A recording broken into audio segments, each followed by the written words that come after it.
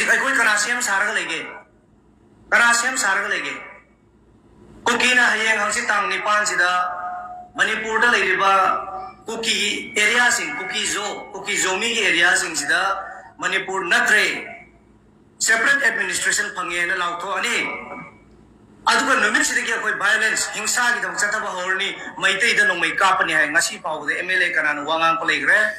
ngasi फावदा Karamba officer अंतर वांगांग को लेग्रे कना लेग्रे पोंग नबी दि लाउराबने दो पोंग लाउराबने ngasi फावदा मी की बंकर सिंग ड्यूटी तावले त्रि ngasi अखोई थाव लीटर मंगा खक हापगा मणिपुर तौरीसीदा तंपाकी सुजिंग जाव खुजिंग ममाय पापजा थाव लीटर मंगा हापगा चटपदा लेमबने परिना अवांग दा सेपाय हेना लानबे याद्रे अवांग माइके आइनि याम कना ngai अवांग दा नते लान मतम दे आई मपम खुदिंग कापना बलोय चली आइना कापना बच्चा तब जगह लेती अदुबो आइगा फैना नेशनल हाईवे ngai से आई न्यूज देन ममांग दा पुखाव लान दो चटबे याद्रे देन यांग बुपी लाइन दो फ्रुल लाइन दा यांग बुपी योबदा वाखल निंजिंग मांजिंग तौरे खारोंदा तोरुंग बंगला योबुंग अंद्रे मैते की कुन याम थीना पियम ताद्रे कइनो जपन हराव निगाय लेस सिदा हेलोवेन पुसल लबदना पिजे मथोंग मरोंग भांगदवा हापेन सेतरा नुपी जिंगदना मसागी कया सादोम उबा कयाम सेसल लगा हेलोवेन प्रोक्तना नुंगांगदा यु थक्तना जगोय सै तोवा तौथोक्तन लेबा तम कोइरिब्रावा लगाव खावद्रा हजिक पाव परे दिवाली दुसोय खोई सुनते मयांगिनी हिंदुइज्म संगम मतुंग लेगिबा कुमै मीगी मयांगी कुमै दुदा अदुना नमा थोंगा दा परे नोम खनिनी ग खावरो ngasi फाव दिवाली खावरी ngarang bo खावरी मैतेना पांबा हराव कुमै की चांस चैराव तो क्या सुरे होसी गौरा चैराव बम लेरे परे गौरा चैराव दु लेरे सन नोम पान चैराव बम लेरे मैते अखोई सनामी कनो तो बकांगबु परे दुसु लेरे सन यार अदी से थाइन दगी ले लाई हौजे खमो जनवरी था सिदा चैराव बकांगबु मुथोले अहुम सुरे खले मरी मुसुर कुसे दानी मन निमो चाखौबसु नुमितु सगोन सेंतारे nga चाबा यादे अदुगी अखोई नोंगाल कौरे नत्रगना अखोई कैनोन थोए अदुगी निनी सुबदा कौरे सी कैनो क्रिसमस सी संडे दो ओइगेरा मंडे दो ओइगेरा एनी हफ्ता अमगी नुमितम दो ओइसन कनाना क्रिसमस येथोके ट्राइबल चिनाव सिंगी क्रिसमस येथोकुन नुमित थेंगनाब्राबो ओइनिंग नुमितदा तुम सकदा नि ओइगदमने nga चादसु उती स्वारगा अखोई चाक चाबा चपनते निंगोल चाखौबसि ओइनो उनगिद्राबा मबुंग मोपासिंग दुगा नुंसिनबगी लिपुन नम सागत पसपने बोर पिनब लौनब सपने nga चाप सपने दे चार सुय चादर सुय इरोन मचार घाला सुय मुस्लिम सिनाव सिंगी Eid ngasi irai tade ngasi thangja tade ngasi nongmaijing tade ngasi adu tai ata tai hayeng tongni ituna le ye to payaw bro kai gino khoi gi maitai gi achuk kyam na koi maitai sing sina gyan tadriba ani thopi ahum thopi pamiba mathong maram ta khangdrisi kai gino karma matam da koi sendok kadorege मी की धर्म मी की lining मी की जाति पल्लग ngamgdi ai gi tik leisade adu मी की नोमाइजिंग का पुनबगी मतम लई पीबा ngang लाइक तमद्रिबा अंगनवाड़ी कारी बंगांग सिंह दो संडे स्कूल लाइक तो संडे स्कूल मी की चर्च ता मी की लाइनिंग लाइसुन गमरी ने तापी बतम बि बहुरम जना तो जाति मन इराइदा ai khoi की करी निमित पुंदौरिगे अरामबाई तेंगोलना नोनो पान ब खुदिंग की खरगरा पुंजे ना हुदोक चरम बदुसु मयामना थोपी रक्त्रम ने नौजे पुन मंगमद्रे अरामबाई तेंगोल ख पुंदौरि ब्रो ai khoi की सु तौबे हैना ai khoi की लाइसेंस लोइनमक लैरी कैनो सिदा खाबोक सिदा लाइसेंस लै थौबाल दा माई मागी लाइसेंस लै माई माई लालिबा सेकमाई दा लै बिष्णुपुर दा लै मोइरांग दा लै लोइनमक लै हाई रिबो लाइसेंस सिंग दुदा आखो मेदे की कैनो मी सोई सोइरि मी की न चौदार थमे केयर टेकर थमे सेननब थमे नुंते की सुनजेट वाइरम सितना सेंगना मी की चर्च मी की मस्जिद लंग लंगट्रिक लंगना फजना थमे ai khoi की न कैदौरे लाई हराव रनी निमित मंगा त्रानी हफ्ता अमा लाई इको खटक्रनी लाई इको खटक्राय दे लाई दुमत काग्रे हैबने लाइसेंस दो लाई लेथ्रे हैबने अदु एतारगदी नोय अखोइना लाई हराव दो मतमदा लाइसेंस दो संगगा लाई खुरुमिदु लाई द नथ्रे खुरुमिदु मरंदी लाई दि मत काग्रने अखोइ मेतै सनबि मतुंगिना संगदुदा लाई लेतब संगदुदा लाई खुरुम बतारे करी आथर लेगे दो एतारगदी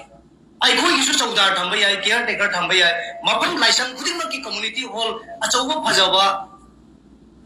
का फजन नाइबा मिगी चर्च की टाइप लेबा अमा इंडोर वारी साबा याबा लेनबा याबा अदुगुम्बा म तौबा याय लामिबा मिसिंगना मिगी मतौ तमगा अफबदि मिगी मतौ तमबा कछु काइदे अफब थबक्ता क्रिश्चियन की मतौ तंबा याय अफब थबक्ता इस्लाम की मतौ तंबा याय अफब थबक्ता कइन काइदे मिगी थादरमिबा लुपा मंगा त्रा मैतै नोय अखोय ngमोइद्रो लुपा मंगा दं तरा दं थादरमदा हप्ता की मिगी हप्ता की पुनखलैनि हप्ता की पुनद्रसु थाम तमुतंग की पुनबे यायना मैतै न सिबौ कै ngमते छि कै ngमदेबनो मैतै ना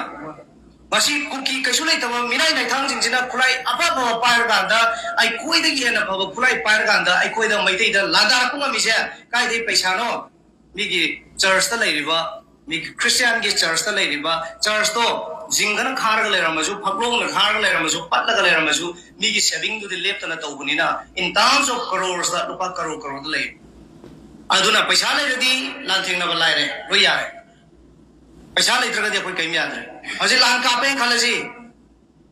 लेबाक नुंसीबसु नुंसीदबसु नुंसीबा साबसु लोय थोलानी मरु पामी अदु पामी अदा पामी तौनरानी देन खाइनरानी सेंग खर पुबा कोबी खर पुबा पान खर पुबा रुपा लिसिंग खाइरंबा चंगा खाइरंबा how long will it takes कयाम कुइना कोइ चना दैनो कयाम कुइना अदुना कोइ लान मायो नमगनी अदुना इखोइगी येकनबदि लांगोय चलगा लेखरबने होजि अदुना इचिनाउ सिंग कोइ पुनसिन बनतना कोइ लान माइ पाकसुम ngमोय मैतै इचिनाउ सिंग पुनसिलसि कनाना गौरनो कनाना बामोनो कनाना आरकेनो कनाना मैतै लाइनिंग चपनो चप माने मैतै मीन्स मैतै लोरे Meitei we are Meitei as a one अखोय मैतै अमतनी हाबु वाखलोंदुदा चेतना फिरेप लौबगा लोइनना अखोय अमतोइना पुनसिलगांदा लाखनिंग पृथ्वी की साफू खुदिमक लाक्सनो अखोय मायोक नगमगने हौजे अखोयना कन्ना लांथेंगरे उरिबोक्ता की भोट कारंबा ऑफिसर अचौबम ओइरंबा नुपा मना ममिंगदि पलरोय मैतैना लान हौबनि हाइजले कमायना कोई लांथेन ngमनि ngarang nahan मैतै की असुक फजन लेरिबा येक सलाइजिबु येक सलाइ लेत्रसु याइ दरका ओइदे ना प्रोफेसर ने ना हमें मकोइ मानबा नु हाइजले सिगुम चिंथनाबि वाइखु हाइनै दनो को सोशल मीडिया दा को सिगुम बसे कोइ मैतै द याम थोए मिगिना आइना पोट हुरालुरसु अतोप कांगुमना रोबिन ना पोट हुरांग रे हाइ कांदा लेरि मे आमजिना रोबिन पोट सुवान हुरांदि सु हुरांदि हाय खंगना आइना मी महालुरसु पुलिस ने फाबला आगांदा रोबिन ना मी द सुबान हाते कनाना हापनो खंगदे नत्रगना मयाम के मोक्ता सिबने हाय अखोइना तु माना तौबनी मान तौबनी ए असि खितंग वांगत की दौरे असि खितंग ममिंग लै चिंथौ माय असोइबा हाना सही मंगा त्राय मंगा असोइबा कै लै असोइबा तो पुथोरु इकाय पिरसि नमदरसि दिस इज मैतै सिने मैतै की चनबिसि मसी खुदिंग मक्से मसी कौबा नुंसिरबा नुमित याय फरबा केएनटीएल ना सिनबिरिबा निगोल चाकौबगी थौरम सिदगिदि पुंगले लेपिरगांदा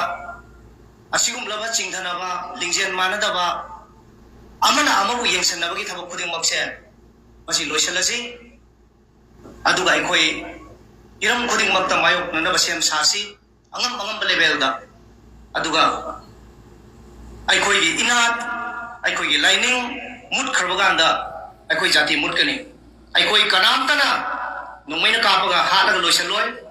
हांगना यालगा उदुपना थोमगा अखोय कनामतना लोइसनबा ngमोय करीना लोइसनगिनी मैतै ने हाइसे करीना ताकनी अइना ngangiba लोन अइना निंगिबा ईश्वर अइना सेलिबा फिजेट चाकसेट अइना चटलिबा धर्म सि मयामसिना अइसे मैतै ने हाबा ताकनी अइसे मैतै ने दि हायरगा अइगी युमदुदा सनामहि लेरक्त्रबा लेमरे निमाइबे लेरक्त्रबा अइगी लमदु कोनबिरिबा मैतै की थाजरबा अदुगुमबा लाइदु लालक्त्रबा अतोप धर्म दसुम सटक्रबा मैतै रोन खक्तंग लोलबा युमदुदा मैतै की ओइबा कैम लेत्रबा मा मैतै ने कमाइना ताकदेनु मसकसे मैतै लोन बदुदि बिहारी जु लोली बेंगाली जु लोली ता तंबिरदि चोंगा जु लोली तेनवा जु लोली मोजु मैतै ने हाइदौरिब्रा अदुना आई मैतै ओरदि मैतै की लिचत चटपताय मैतै की लाइनिंग बताय मैतै की फिजे चचा सेट बताय अखोय हाने की संगारी दुदा हंजलक्से हाबनते अदु प्रिजर्व तौसे हाबने अदु प्रिजर्व तौसे हाबने अदुना अनि टोपी हम टोपी की वकल थादोक मिनसि सि हायरगा ngasi लापिरिबा इचे इचल चिनाव क्वाइ पुनमकु अमुका नाइना तराम नोक से बगलोइना क्वाइदि के वांग बथाक तै काय खुमनबु उच्च बगलोइना आई टेंशन जगे लोंग टाइमिंग चाबा टाइमिंग फंबा मतम अमदा अमुक ꯑꯩꯈꯣꯏ ꯅꯨꯡꯁꯤꯅ ꯄꯨꯟꯃꯤꯟꯅꯁꯦ ꯍꯥꯏꯕ ꯋꯥꯐꯝꯁꯦ ꯊꯝꯖꯔꯒ ꯂꯣꯏꯁꯤꯟꯖꯔꯤ ꯊꯦꯡꯛ ꯌꯨ